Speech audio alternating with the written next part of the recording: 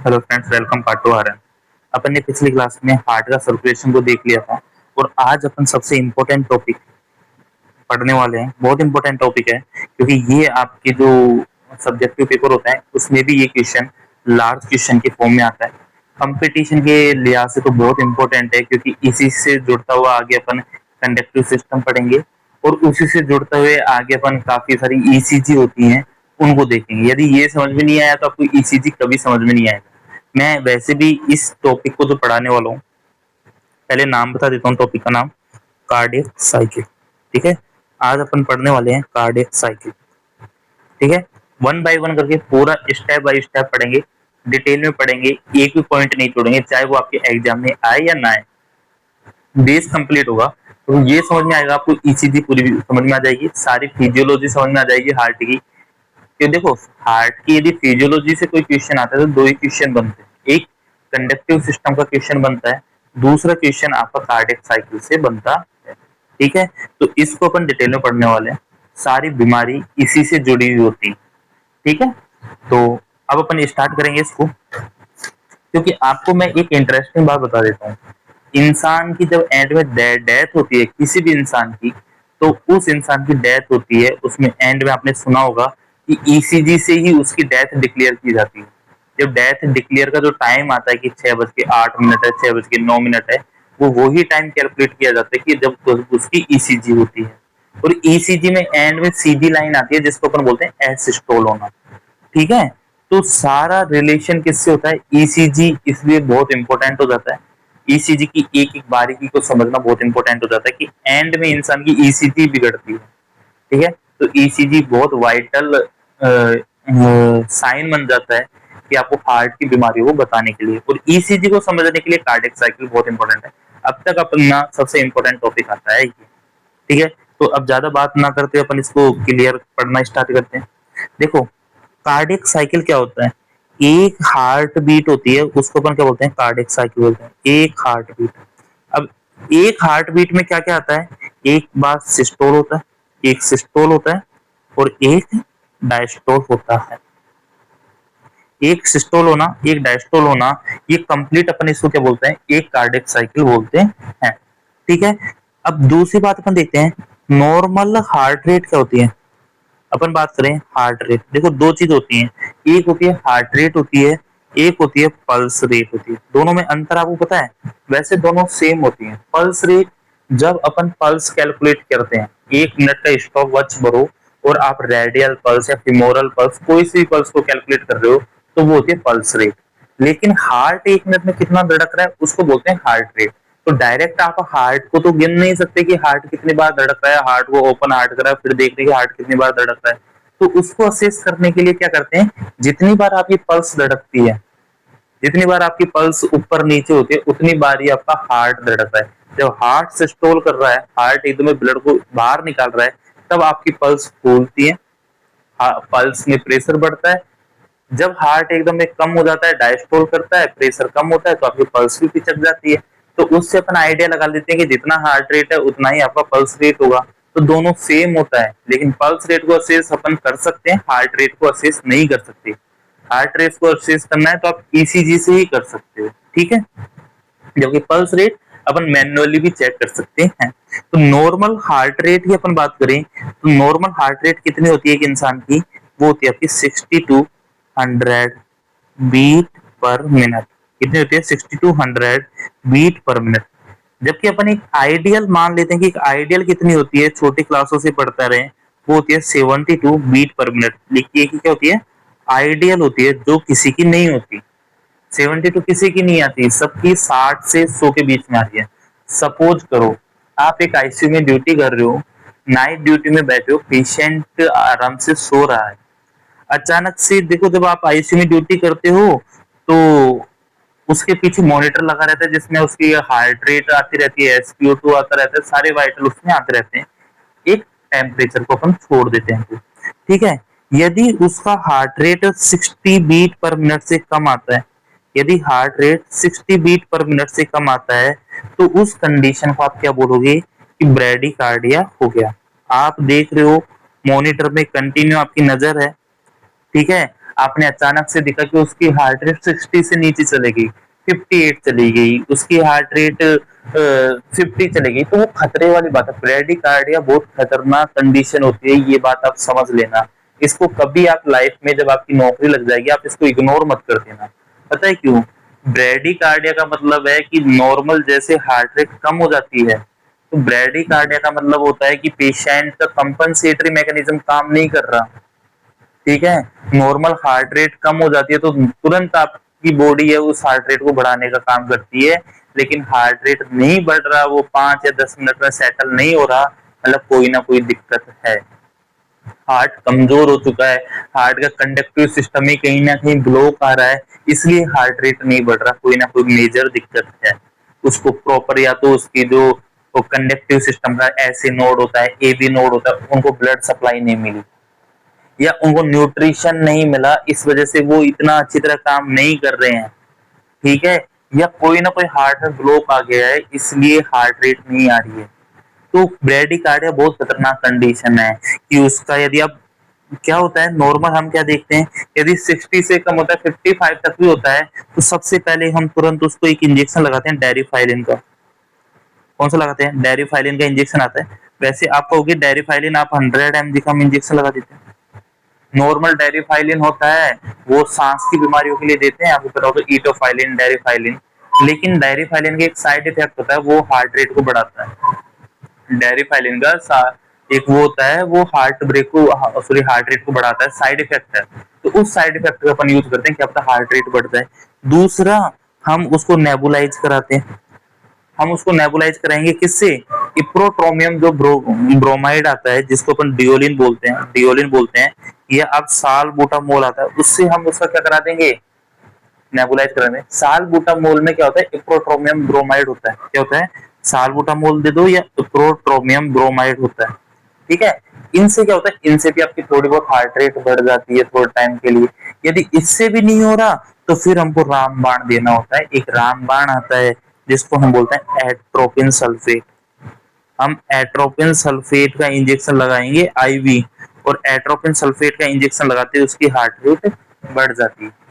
लेकिन इसके side effect है, तो इसको अपन लास्ट में लेके चलते हैं। लेकिन ये रामबाण है, जिसको रामबाण को अपन क्या बोलते हैं? डीओसी है, कि एंड में कुछ ही नहीं हुआ तो एट्रोपिन तो लगा दो, उससे तो बढ़ ही जाएगा। ठीक है, तो ये ब्रेडिकार्डिया होता है, ये खतरनाक कंडीशन होती है। यदि हार्ट रेट 100 से ज्यादा हो गई, 100 बीट पर मिनट से ज्यादा हो गई, तो उस कंडीशन को इतना खतरनाक नहीं मानती। यदि हार्ट रेट 110 120 भी जा रही है ना, तो हम आईसीयू में, देखो मैंने तो बहुत एक्सपीरियंस हो गया इन चीजों का, आईसीयू में जब देखते हैं इंसान खड़ा होकर खाना खाता है, तो भी उसकी हार्ट रेट 120 चल जाती है। लेकिन फिर देखनी होती है कि इसको एएफ बीएफ अरिदमिया नहीं है ना, साइनस इतनी चल जाती है, कोई दिक्कत नहीं है ना। इस कंडीशन को अपन बोलते हैं टैकीकार्डिया। क्या बोलते हैं? टैकीकार्डिया बोलते हैं। ठीक है, और कंटिन्यू यदि किसी का इरेगुलर आ रही है, साइनस नहीं आ रही, नॉर्मल नहीं आ रही हार्ट रेट, है ना, कभी उसकी कोई सी वेव छूट रही है, ईसीजी गड़बड़ आ रही है, तो अपन उसमें एक इंजेक्शन लगा दो उसकी हार्ट रेट को कंट्रोल करने के लिए, एमिड्रोन। एमिड्रोन 300 माइक्रोग्राम का इन्फ्यूजन आता है जो, इसका एक इन्फ्यूजन लगा दो आप। यदि आपके पास वीगो आईवी लाइन नहीं है, तो आप टैबलेट भी आती है, कोड्रोन नाम से इसकी टैबलेट भी आती है, कोड्रोन 200 mg, इसको टैबलेट दे दो, इसकी हार्ट रेट अपने आप कम हो जाती है। काफी बीमारी अपन पढ़ते हैं, एंटी एरिथमिक ड्रग्स बोलते हैं, काफी बीटा ब्लॉकर दे दो, यदि इससे काम नहीं चलता तो आप बीटा ब्लॉकर दे सकते हो। ठीक है, तो ये अपन देख सकते हैं कि यदि अपनी नॉर्मल हार्ट रेट 60 टू 100 होती है, यदि 60 से कम हो गया तो ब्रेडिकार्डिया है, और 100 से ज्यादा हो गया तो कंडीशन को बोलते हैं टैकीकार्डिया। ओके, अब अपन बात कर रहे थे कार्डियक साइकिल की। ठीक है, कार्डियक साइकिल में एक सिस्टोल होता है, एक डायस्टोल होता है, ये अपन ने देखा। देखो, सिस्टोल होता है कॉन्ट्रैक्शन ऑफ हार्ट, कॉन्ट्रैक्शन करता है हार्ट, उसको क्या बोलते हैं? सिस्टोल बोलते हैं। सिस्टोल डायस्टोल टर्म अपने हार्ट में काम आते हैं। ठीक है, देखिए डायस्टोल अपन किसे बोलते हैं? जब हार्ट रिलैक्स करता है, हार्ट रिलैक्स करता है, उसको अपन क्या बोलते हैं? डायस्टोल बोलते हैं। तो कॉन्ट्रैक्शन को तो सिस्टोल बोलेंगे, और रिलैक्सेशन को अपन क्या बोलते हैं? डायस्टोल बोलते हैं। तो ये अपन एक कार्डियक साइकिल देखते हैं, इसमें दो सिस्टम चलते हैं, सिस्टोल डायस्टोल। अब सुनो, देखो कार्डियक साइकिल अपन देखते हैं, कार्डियक साइकिल, तो अपन ने ये तो आइडिया लगा लिया कि कार्डियक साइकिल में कितनी एक हार्ट बीट को अपन कार्डियक साइकिल बोलते हैं। लेकिन कार्डियक साइकिल में कितना ड्यूरेशन होता है इसको अपन समझते हैं कि एक कार्डियक साइकिल में कितना टाइम लगता है। कार्डियक साइकिल होती क्या है, एक हार्ट बीट को तो अपन कार्डियक साइकिल बोलते हैं कि एक हार्ट बीट में जो जो इवेंट होते हैं उसकी सीक्वेंस रियल जो इवेंट चलते हैं उसको अपन क्या बोलते हैं, कार्डियक साइकिल बोलते हैं। लेकिन उस कार्डियक साइकिल में कितना ड्यूरेशन लगता है उसको अपन देखते हैं। ठीक है, तो अपन ने ये देखा कि 72 बीट होने में टाइम लग रहा है 60 सेकंड का। ठीक है, तो एक बीट में कितना टाइम लगेगा, एक बीट में कितना टाइम लगेगा, तो 60 बाई 70 कर लेंगे। तो एक बीट में जो टाइम कैलकुलेट होके आता है वो लगभग 0.8 सेकंड का, कितना आता है 0.8 सेकंड का हमारे पास क्या आता है, कार्डियक साइकिल। एक कार्डियक साइकिल एक नॉर्मल इंसान में कार्डियक साइकिल है वो 0.8 सेकंड का होता है। क्लियर हुई इतनी बात, मैंने नॉर्मल की बात कर रहा है। यदि सपोज करो किसी इंसान को टैकीकार्डिया, यदि किसी इंसान को टैकीकार्डिया है तो टैकीकार्डिया में अपन मान सकते हैं हार्ट रेट मान लो 150 जा रही है, हार्ट रेट उसकी 150 बीट पर मिनट जा रही है, ताकि 150 बीट उसकी कितनी देर में आ रही है, 60 सेकंड में आ रही है। तो एक बीट में कितना टाइम लग जाएगा, 60 बाई 150, कितना आ गया ये 2 बाई 5, कितना आ गया 0.4 सेकंड। तो यदि टैकीकार्डिया होगा, यदि इंसान टैकी में होगा तो कार्डियक साइकिल का जो ड्यूरेशन है वो क्या हो जाएगा, कम हो जाएगा। इसका उल्टा है, यदि इंसान ब्रैडीकार्डिया में होगा तो ड्यूरेशन होगा, जो ड्यूरेशन ऑफ कार्डियक साइकिल वो क्या हो जाएगा, इंक्रीज हो जाएगा। सपोज करो यदि किसी का ब्रैडीकार्डिया में कोई पेशेंट है, उसकी heart rate 40 beat per minute ही आ रही है, मतलब 40 बीट उसकी 60 सेकंड में है। ठीक है, तो एक बीट कितने टाइम में हुई, 60 बाई 40, 3 बाई 2, 1.5, मतलब 1.5 सेकंड में उसका एक कार्डियक साइकिल हो रहा है, धीरे धीरे हो रहा है उसका कार्डियक साइकिल। ठीक है, तो नॉर्मल जो कार्डियक साइकिल होता है वो 0.8 सेकंड होता है। टैकीकार्डिया में ये कार्डियक साइकिल क्या हो जाता है, कम हो जाता है, कम टाइम मिलता है उसको। ठीक है, जबकि ब्रैडीकार्डिया में कार्डियक साइकिल लंबा हो जाता है, उसको ज्यादा टाइम मिलता है। तो दोनों ही कंडीशन में मान लो कम टाइम मिलेगा तो कम ब्लड निकलेगा, ज्यादा टाइम मिलेगा तो भी कम ही ब्लड निकलता है। दोनों कंडीशन में जो बीपी होता है ना वो गिरता है और दोनों ही कंडीशन खराब होती है। ठीक है, तो हार्ट को एक प्रॉपर काम करना हो, एक प्रॉपर सीक्वेंस में काम करना हो, तो हार्ट को एक नॉर्मल रेट में धड़कना होता है। वो कितना अपन ने आइडिया लगाया 60 टू 100 तक उसको क्या माना है, नॉर्मल माना है कि एक बीट के लिए उसको इनफ टाइम मिलता है, वो 0.8 सेकंड तक नॉर्मल होता है। ठीक है, इतना टाइम उसको मिलता है। क्लियर हुई इतनी बात। ठीक है, कुछ कैलकुलेशन अपन इस तरह भी कर सकते हैं इसकी कि अपन ने इसको ब्रैडी कब बोलते हैं, ब्रैडीकार्डिया कब बोलते हैं, जब 60 सेकंड हो, सॉरी सेकंड नहीं, सॉरी, ब्रैडीकार्डिया कब बोलते हैं, जब 60 बीट पर मिनट हो एटलीस्ट। टैकी कब बोलेंगे, जब 100 बीट पर मिनट हो। ठीक है, तो इसमें 60 बीट पर मिनट में कार्डियक साइकिल कितना हो जाएगा, मतलब कितना हो जाएगा 72, सॉरी 60 बीट 60 सेकंड में है, तो एक बीट 60 बाई 60, आंसर आ जाएगा आपका कितना 1 सेकंड का, 1 सेकंड का। ठीक है, कार्डियक साइकिल। टैकीकार्डिया कब बोलेंगे, जब 100 बीट पर मिनट आ रही है, 100 बीट आ रही है कितने में, 60 सेकंड में, तो एक बीट के लिए कितना टाइम निकलेगा 60 बाई 100, तो एक बीट के लिए कितना निकला 0.6 सेकंड। तो जो नॉर्मल कार्डियक साइकिल होता है, नॉर्मल कार्डियक साइकिल होता है वो कितना होता है 0.6 सेकंड से लेके 1 सेकंड तक का नॉर्मल कार्डियक साइकिल होता है। क्लियर हुई इतनी बात। तो यहाँ अपन ने कार्डियक साइकिल के ड्यूरेशन को हर तरीके से तोड़ मरोड़ कर देख लिया है। अब देखो कार्डियक साइकिल में क्या क्या आता है उसको अपन देखते हैं। ठीक है, अपन देखते हैं कार्डियक साइकिल। अब देखो कार्डियक हार्ट में जो साइकिल चलता है, एट्रियम होना, उसके बाद डायस्टोल होना, मतलब सिस्टोल होना, फिर डायस्टोल होना, सिस्टोल होना, डायस्टोल होना।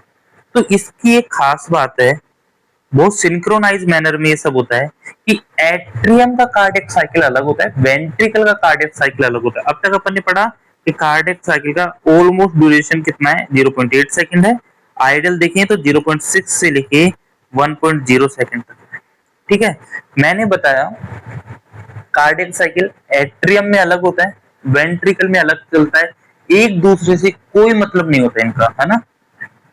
एट्रियम खुद सिस्टोल हो रहा है, डायस्टोल हो रहा है, वेंट्रिकल खुद सिस्टोल हो रहा है, डायस्टोल हो रहा है, उसको कोई मतलब नहीं है कि एट्रियम कब सिस्टोल डायस्टोल हो रहा है, वेंट्रिकल को कोई मतलब नहीं है कि एट्रियम कब सिस्टोल हो रहा है, कब डायस्टोल हो रहा है।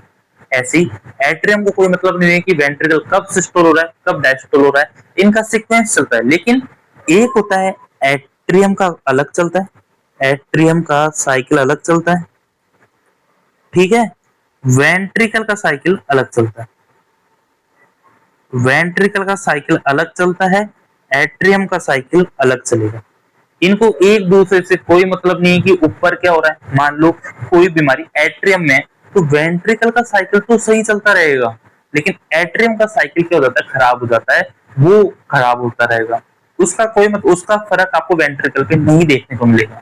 ठीक है, यदि वेंट्रिकल का साइकिल खराब हो जाता है, वेंट्रिकल में कोई गड़बड़ी आती है, वेंट्रिकल के साइकिल में कोई दिक्कत आती है, तो एट्रियम का तो अपने हिसाब से काम करेगा, लेकिन वेंट्रिकल काम नहीं करेंगे सही तरह। तो ये होता है एक दूसरे का इन पे कोई इफेक्ट नहीं आता, इसका अलग चलेगा, एट्रियम का साइकिल अलग चलेगा, वेंट्रिकल का अलग चलेगा।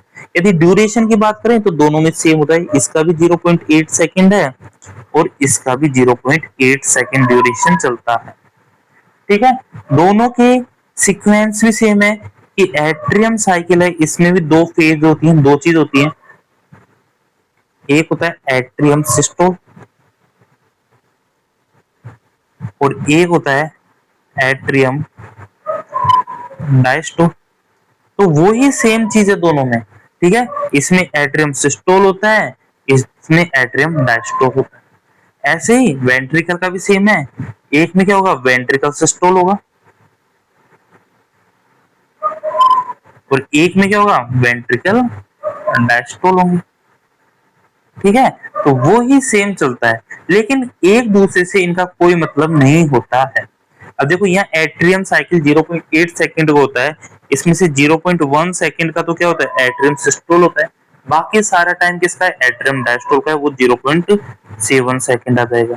ठीक है, इसी तरह वेंट्रिकल साइकिल में देखिए तो वेंट्रिकल सिस्टोल में जो टाइम लगता है वो 0.27 सेकंड का लगता है, देखिए वेंट्रिकल डायस्टोल की बात करें तो 0.53 सेकंड का आपको क्या लगने वाला है, टाइम लगने वाला है। तो इस तरह अपन दोनों को अलग अलग देखेंगे, पहले एट्रियम साइकिल को पढ़ेंगे कि एट्रियम किस तरीके से सिस्टोल करता है, फिर डायस्टोल करता है, फिर अपन वेंट्रिकल को देखेंगे कि वेंट्रिकल किस तरह से सिस्टोल करता है, किस तरह से डायस्टोल करता है। एट्रियम की जो बीमारी आएंगी उसको एट्रियल अरिथमिया बोलेंगे, जिसमें आपके एट्रियम फिब्रिलेशन आएगा, एट्रियम टैकीकार्डिया आएगा, काफी बीमारी देखेंगे। ठीक है, वेंट्रिकल की अलग बीमारी आती है जिनको अपन वेंट्रिकुलर फिब्रिलेशन बोलेंगे, वीएफ बोलेंगे, वेंट्रिकुलर टैकीकार्डिया बोलेंगे, एक बहुत अच्छी बीमारी आती है पीएसवीटी आती है। तो ये सब अपन अलग अलग देखेंगे। क्लियर हुई बात। तो आज की क्लास में अपन एट्रियम साइकिल को पढ़ेंगे, कल की क्लास में अपन वेंट्रिकल साइकिल को पढ़ने वाले हैं। क्लियर हुई इतनी बात, इसको अपन आज देखने वाले हैं। अब यहाँ पे एक बात और समझो आप, है ना, एक बात और समझो कि नॉर्मली अपन काफी जगह आपको एक ही सीक्वेंस में पढ़ा देते हैं कि भाई वेंट्रिकल कार्डियक साइकिल तो इतना बड़ा है ही नहीं, इसमें एट्रियम का तो कोई सीन ही नहीं आता। देखो एट्रियम साइकिल खुद अलग चलता है, वेंट्रिकल साइकिल अलग चलता है, लेकिन अपनी बुकों में एट्रियम साइकिल को कोई पढ़ाता ही नहीं है, वो वेंट्रिकल साइकिल को ही पढ़ाते हैं। क्यों पढ़ाते हैं ऐसा, इसका भी रीजन है। देखो इंपॉर्टेंट है वो वेंट्रिकल साइकिल ही, ठीक है। ज्यादातर जो खतरनाक कंडीशन है, एट्रियम बिल्कुल खराब भी हो जाते हैं ना कई बार, तो इतनी बीमारी हमको देखने को नहीं मिलता। यदि उसका बीपी ठीक आ रहा है, एट्रियम बीपी को इतना इफेक्ट नहीं करता। ठीक है, इसलिए एट्रियम कई बार खराब भी हो जाते हैं तो भी हमको इतना बड़ा प्रॉब्लम नहीं होता, सिंपल सी 3-4 दवा देते हैं, एट्रियम मैनेज रहता है। ठीक है, यदि एट्रियम 30-40% भी काम करता है तो काफी है। लेकिन वेंट्रिकल 1-2% भी खराब हो जाता है ना, आपका बीपी पे सीधा इफेक्ट आता है। ठीक है, इसलिए वेंट्रिकल में थोड़ी सी भी गड़बड़ी आएगी, हम तुरंत इसका क्या करेंगे, इलाज करना जरूरी हो जाता है, वरना बहुत बड़ी प्रॉब्लम हो सकती है, बीपी तुरंत गिर सकता है, इंसान का हार्ट पंप करना बंद कर सकता है। तो जो मेजर पोर्शन, मेजर पार्ट होता है, वो वेंट्रिकल ही काम करता है हार्ट का, है ना। वेंट्रिकल खराब हो गया, वेंट्रिकल साइकिल में दिक्कत आती है, तो वो पूरे हमको पूरी बॉडी में उसका इफेक्ट देखने को मिलता है, बीपी में इफेक्ट देखने को मिलता है। इसलिए वेंट्रिकल साइकिल बहुत इंपॉर्टेंट है, और इसीलिए बुकों में ओनली वेंट्रिकल साइकिल पढ़ाया जाता है, एट्रियम साइकिल को छोड़ ही देते हैं, पढ़ाते ही नहीं है। वैसे काफी स्टेप दोनों के सेम होते हैं, है ना। तो अपन पहले एट्रियम साइकिल को पढ़ते हैं। ओके, ठीक है, तो हेडिंग डालो एट्रियम साइकिल।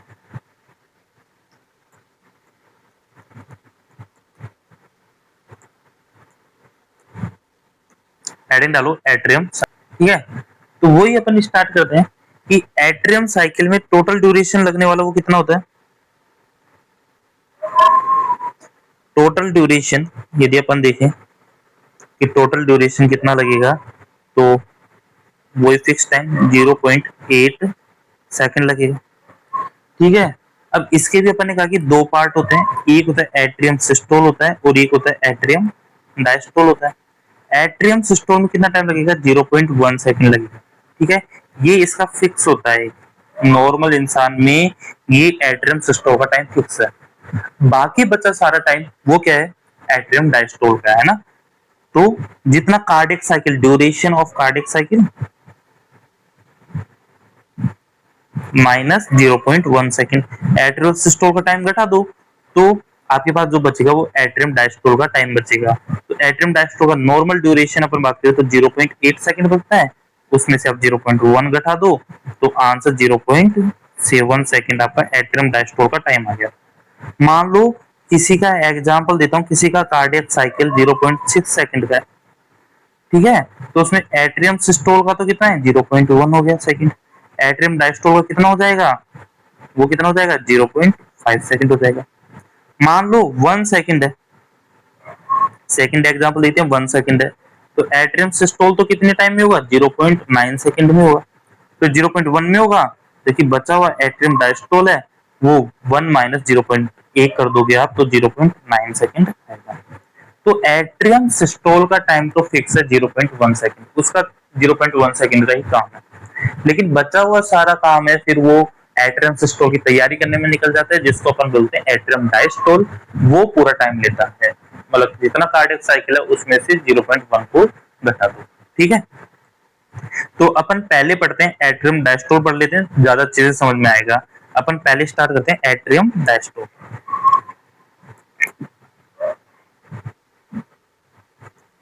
एट्रियम डायस्टोल, ठीक है।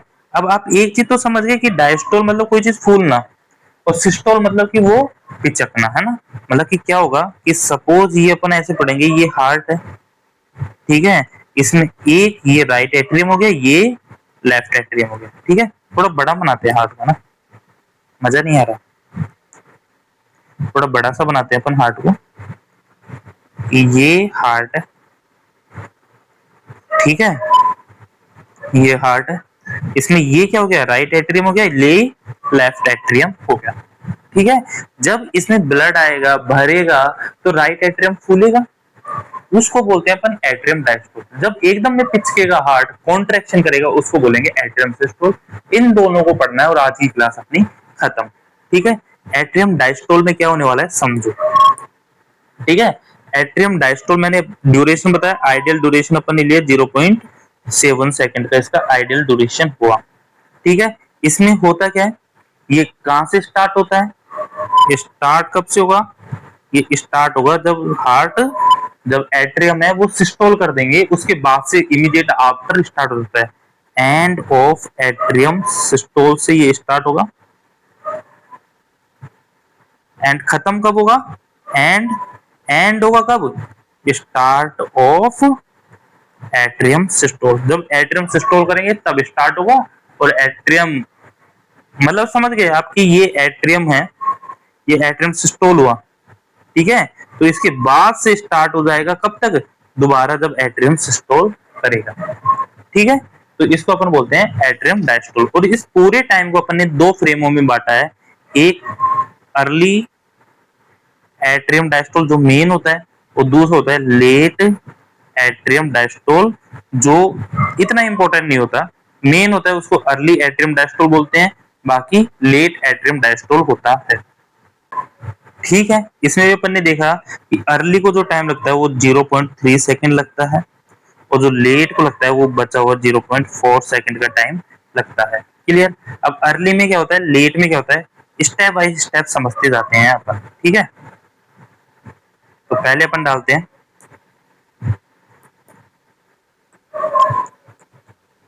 Early atrial diastole. इसमें क्या होगा, अब आपको पता है, समझना, नॉर्मल राइट एट्रियम का जो प्रेशर होता है वो कितना होता है, आप सबको पता है। राइट एट्रियम के प्रेशर को अपन क्या बोलते हैं, अपन ने पहले भी पढ़ा है ना ये चीज, कि राइट एट्रियम का जो प्रेशर होता है उसको अपन क्या बोलते हैं, उसको अपन ने पहले ही बताया था, सीवीपी बोलते हैं। राइट एट्रियम का जो प्रेशर होता है उसको अपन क्या बोलते हैं, सीवीपी बोलते हैं, सेंट्रल वीनस प्रेशर, है ना, कि इस राइट एट्रियम में कितना प्रेशर उसको अपन क्या बोलते हैं, सीवीपी बोलते हैं। राइट एट्रियम में स्टार्टिंग में जब कोई ब्लड नहीं है, स्टार्टिंग में मान लो इसका प्रेशर कोई ब्लड ही नहीं है, तो हो सकता है इसका प्रेशर 2 mm ऑफ Hg अपन ने मान लिया, क्योंकि सीवीपी की नॉर्मल रेंज होती है 2 से 8 mm ऑफ Hg, ये आपके राइट एट्रियम के प्रेशर को बताता है। तो अपन ने मान लिया कि स्टार्टिंग में इसका 2 mm ऑफ Hg है, कोई ब्लड इसके अंदर फिल ही नहीं है। अब धीरे धीरे राइट एट्रियम के अंदर ब्लड आने लगता है। ठीक है, आपकी सुपीरियर वेना केवल आती है, इंफीरियर वेना केवल आती है, उसके नीचे आपके कोरोनरी साइनस होता है, ये पीछे की वॉल से एंटर करते हैं। आपको ये भी बताया था मैंने जब आपको इसका बेस में पहले ही क्लियर करा चुका हूँ। ठीक है, बाकी इसमें थिबेशियन वेन या स्मॉल कार्डियक वेन आती है, या एंटीरियर कार्डियक वेन आती है। ये पांच वेन आपके कार्डियक राइट एट्रियम में ब्लड सप्लाई करती है। ठीक है, सेम बात करें लेफ्ट एट्रियम में कौन कौन लाता है, तो लेफ्ट एट्रियम में 4 पल्मोनरी वेन है, वो ब्लड सप्लाई कर रही थी, चाहे वो राइट सुपेरियर लंग से आ गई है, राइट इंफीरियर पल्मोनरी वेन हो सकती है, लेफ्ट इंफीरियर पल्मोनरी वेन हो सकती है, लेफ्ट सुपेरियर पल्मोनरी वेन हो सकती है, लेकिन 4 पल्मोनरी वेन आपके लेफ्ट एट्रियम में ब्लड भर रही है। ठीक है, अब जैसे जैसे ब्लड भरेगा, जैसे जैसे ब्लड भरेगा, तो ये जो 2 mm ऑफ Hg का प्रेशर है ये बढ़ के 8 mm ऑफ Hg तक भी जाएगा। ठीक है, धीरे धीरे जैसे जैसे ब्लड बढ़ता जाएगा, उस फेज को अपन क्या बोलते हैं, जो ब्लड बढ़ रहा है उस फेज को अपन क्या बोलते हैं, अर्ली एट्रियल डायस्टोल। और इसमें कितना टाइम लगता है ब्लड पूरा भरने में, 0.3 सेकंड लगते हैं। ठीक है, क्योंकि मैंने आपको पहले ही बताया था कि राइट एट्रियम का अपन एग्जांपल लेते हैं कि राइट एट्रियम की जो कैपेसिटी होती है, राइट एट्रियम की जो कैपेसिटी होती है वो 40 to 60 ml होती है। यदि अपन इसकी डेंसिटी की बात करें तो ये भी बताया था 39 ml पर सेंटीमीटर स्क्वायर होता है। अपन ने इसका एरिया की बात करी तो 8 सेंटीमीटर स्क्वायर इसका एरिया होता है। ये अपन ने बात करी थी, और अपन ने बताया था कि सपोज यदि इसका शुरू में 2 mm ऑफ Hg प्रेशर है, जैसे जैसे इसके अंदर ब्लड आता जाएगा इसका प्रेशर भी बढ़ता जाएगा और एक 8 mm ऑफ Hg तक चल जाएगा। ठीक है, वेंट्रिकल के अंदर जो ब्लड आता है उसको अपन क्या बोलते हैं, इसी चीज को अपन, वेंट्रिकल के अंदर ब्लड आता है उसको या तो आप वीनस रिटर्न बोल सकते हो, है ना, या इसी को अपन प्री लोड भी बोल देंगे, आगे जाके इसी कंडीशन को अपन प्री लोड भी बोलते हैं। ठीक है, तो धीरे धीरे इसका प्रेशर बढ़ने लगता है। ठीक है, सीवीपी में जो ये वीनस रिटर्न आता है या प्रेशर बढ़ता है, एक सीवीपी का जो ग्राफ आता है, जब सीवीपी का ग्राफ आता है तो उसमें इसी फेज को जो धीरे धीरे इसका ब्लड बढ़ता जाता है उसको अपन दिखाते हैं वी, इसमें एक वी वेव आती है, उसकी हेल्प से अपन पता लगाते हैं कि इस फेज में कोई दिक्कत तो नहीं है। देखो जैसे आप सीवीपी का ग्राफ देखोगे ना तो वो भी कुछ इस तरीके से आता है वो ग्राफ, है ना, इसमें ये ए वेव होती है, यहाँ पे सी वेव आती है, यहाँ पे एक्स आती है और यहाँ पे वी वेव आती है। तो वी वेव होती है ना, ये बताती है कि जो एट्रियम के अंदर ब्लड भरता है उसको सीवीपी की वी वेव बताती है। क्लियर है बात? तो यहां तक क्लियर हुआ। तो ये अर्ली एट्रियल डायस्टोल क्या होता है कि इसमें धीरे धीरे राइट एट्रियम में ब्लड भर रहा है, लेफ्ट एट्रियम है उसमें पल्मोनरी वेन से ब्लड आ रहा है, धीरे धीरे जैसे जैसे ब्लड आएगा इसमें, तो वैसे वैसे इनका प्रेशर क्या बढ़ता जाएगा। ठीक है, अब वो प्रेशर 2 से लेके 8 mm ऑफ Hg तक वो प्रेशर बढ़ चुका है। तो अब इसके अंदर ब्लड भरा हुआ है, प्रेशर 8 mm ऑफ Hg हो गया।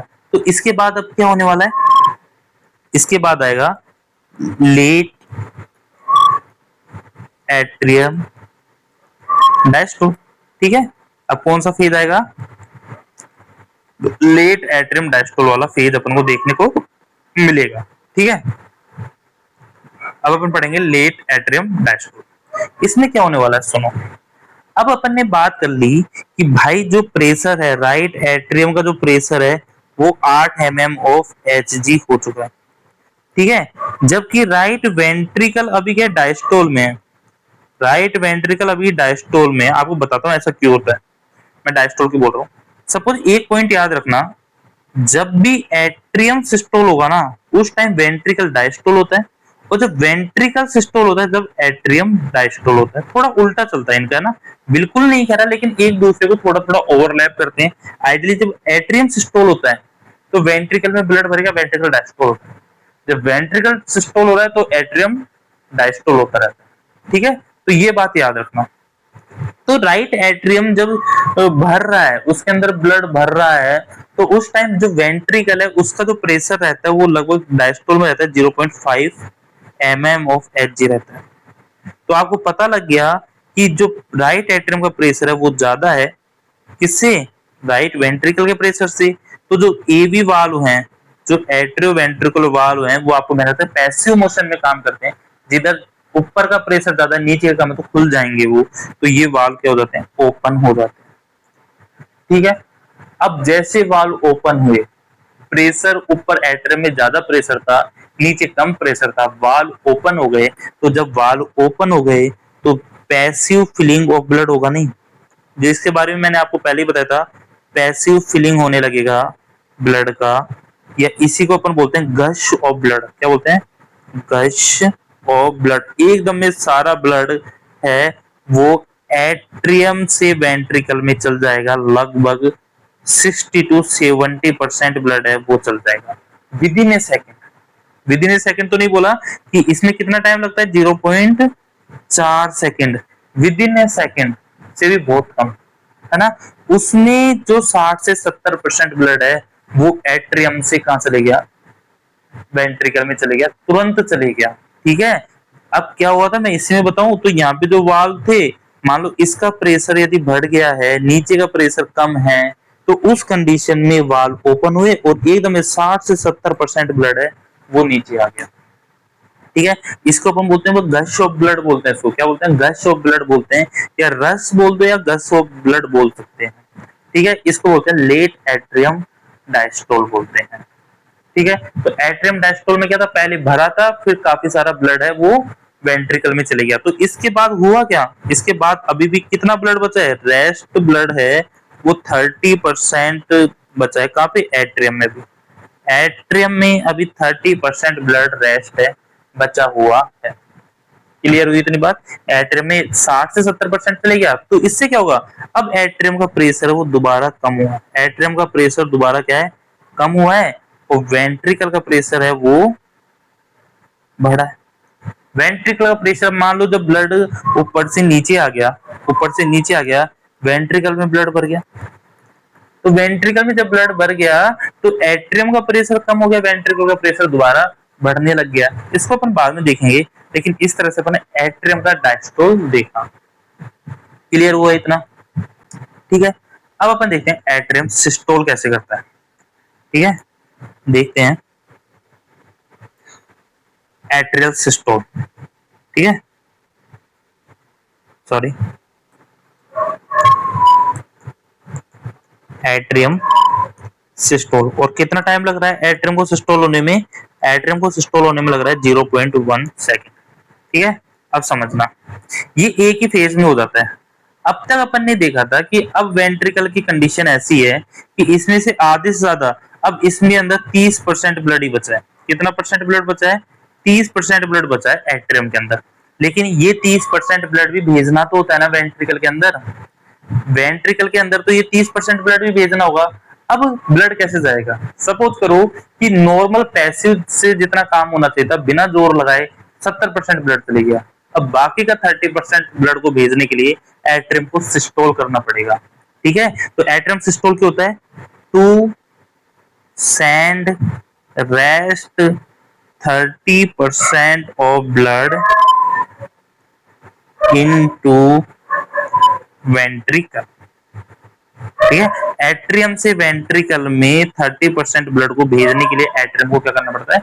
सिस्टोल करना पड़ता है, मतलब कि एट्रियल कॉन्ट्रैक्शन, एट्रियम को कॉन्ट्रैक्शन करना पड़ेगा।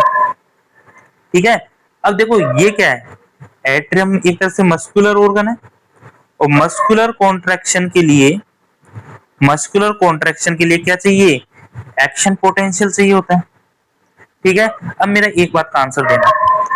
अब ये हार्ट है वो क्या करेगा? कॉन्ट्रैक्शन करेगा। ठीक है, कॉन्ट्रैक्शन कराने के लिए क्या चाहिए? एक्शन पोटेंशियल चाहिए। एक्शन पोटेंशियल कौन देता है? हार्ट में कंडक्टिव सिस्टम देता है, जो अपन पढ़ते हैं कि सपोज यहाँ पे ऐसे नोड होता है।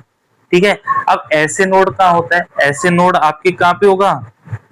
राइट एट्रियम में होता है, ये बिल्कुल यहाँ पे होता है। तो राइट एट्रियम को तो एक्शन पोटेंशियल ऐसे नोड से मिल जाता है। ठीक है, मैं कह रहा हूं कि राइट एट्रियम है उसका एक्शन पोटेंशियल है वो तो ऐसे नोड से मिल जाएगा। ठीक है, लेकिन लेफ्ट एट्रियम जो कॉन्ट्रैक्शन करता है उसके लिए एक्शन पोटेंशियल कहां से आएगा?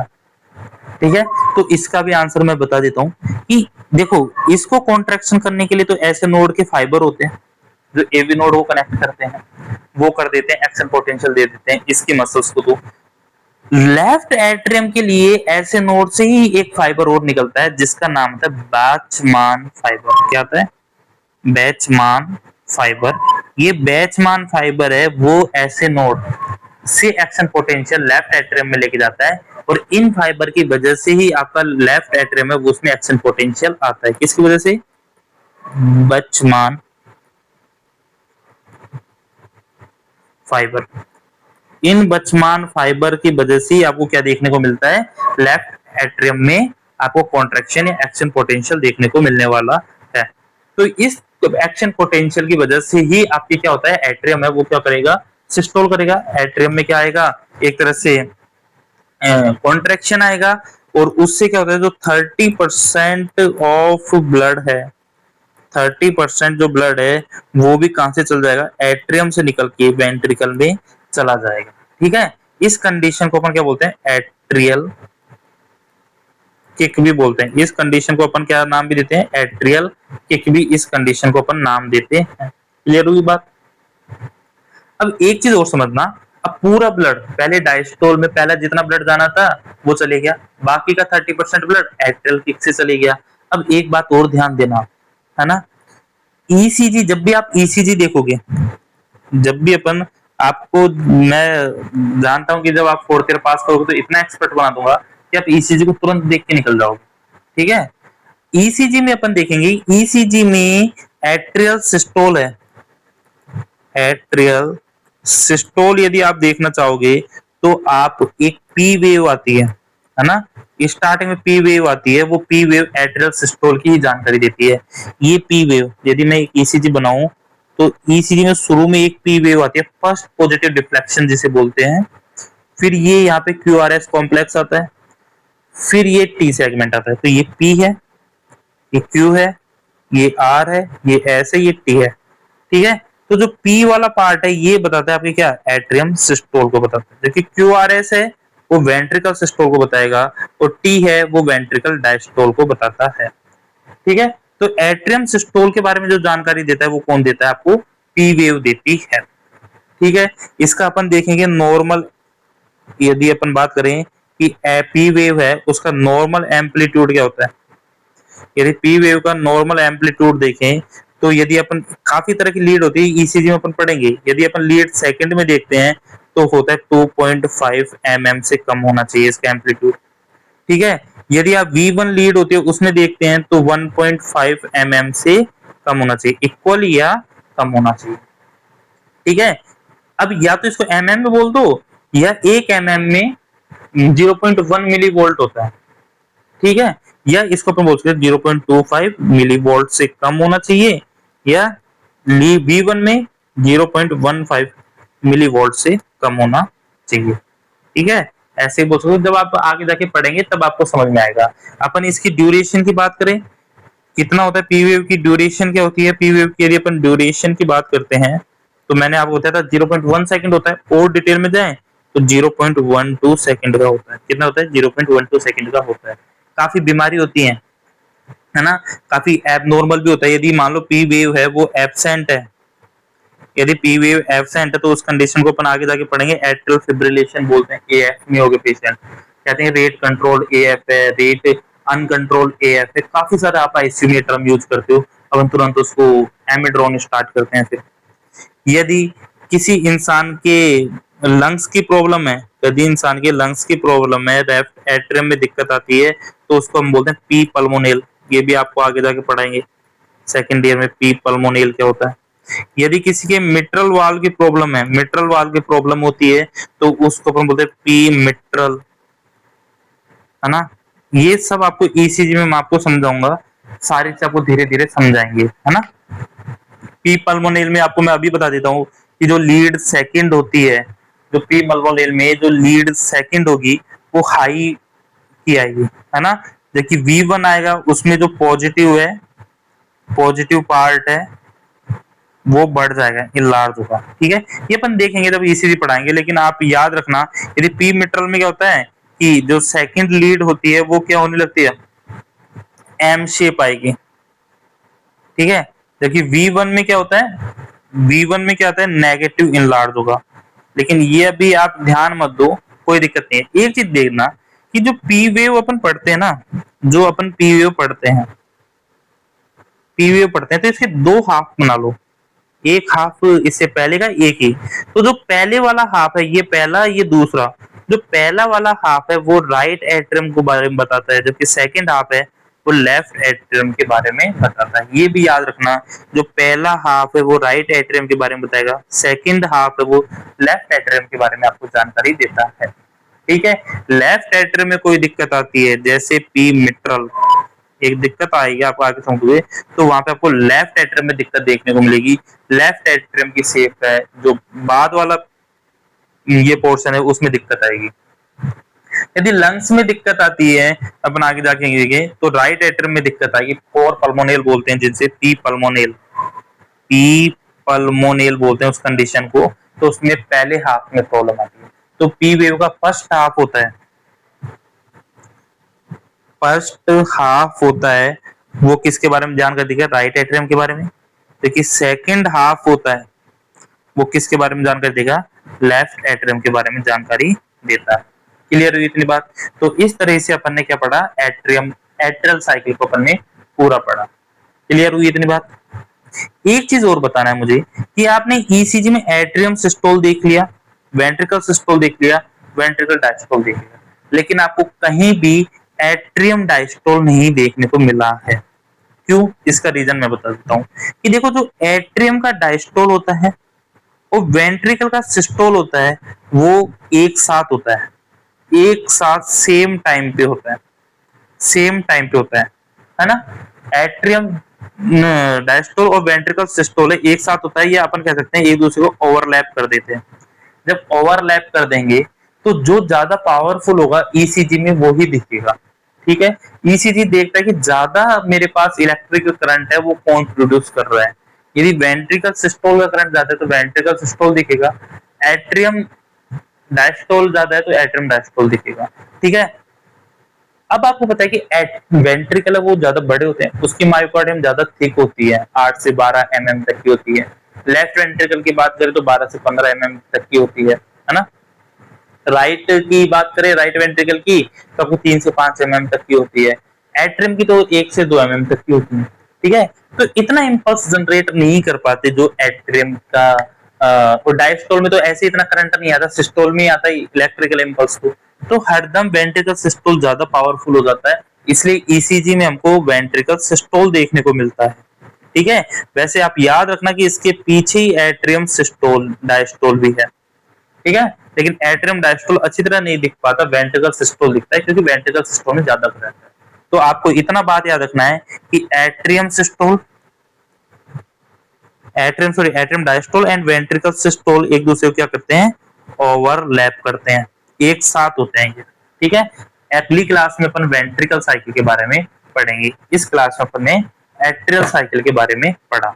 एक पॉइंट और बताना था, मैं भूल गया कि जो सीवीपी की लाइन थी, सीवीपी था, उसमें मैंने बताया कि जो एट्रियम डायस्टोल हुआ था या जो पैसिव फिलिंग थी, एट्रियम डायस्टोल में जो पैसिव फिलिंग थी जिसको अपन ने बोला था अर्ली, उसको तो मैंने बताया था, वी वेव ने बताया था। लेकिन जो एट्रियम सिस्टोल हुआ है उसको सीवीपी में एक ए वेव आती है, वो बताती है, ठीक है। सीवीपी में का भी अपन ग्राफ देखते हैं तो कुछ ऐसा ग्राफ आता है सीवीपी का, ठीक है, कुछ इस तरीके से ग्राफ आता है सीवीपी का, जिसमें ये ए होता है, यहाँ पे आपका सी होता है, यहाँ पे एक्स आता है, यहाँ पे वी आता है और यहाँ पे जेड आता है। तो जो ये ए वेव है वो आपका क्या बताती है, एट्रियम सिस्टोल को, जबकि वी वेव है वो क्या बताती है आपको, अर्ली एट्रियम डायस्टोल को बताती है, ठीक है। अपन ये आपका सीवीपी ग्राफ है वो समझना इतना इंपॉर्टेंट नहीं है, ये कार्डियक लेवल पे एमबीबीएस में भी नहीं पढ़ाते, यूजी लेवल पे कहीं नहीं पढ़ाते सीवीपी ग्राफ, ये हरदम आप कार्डियक पढ़ोगे ना, कार्डियोलॉजी, तब जाके आपको देखने को पड़ेगा, चित्र पढ़ते हैं, लेकिन सीवीपी बहुत हार्ड चीज होती है, ठीक है। मुझे भी इतना चित्र ग्राफ, इससे ग्राफ समझ पाना बहुत मुश्किल हो जाता है, ठीक है। तो आज के लिए इतना ही।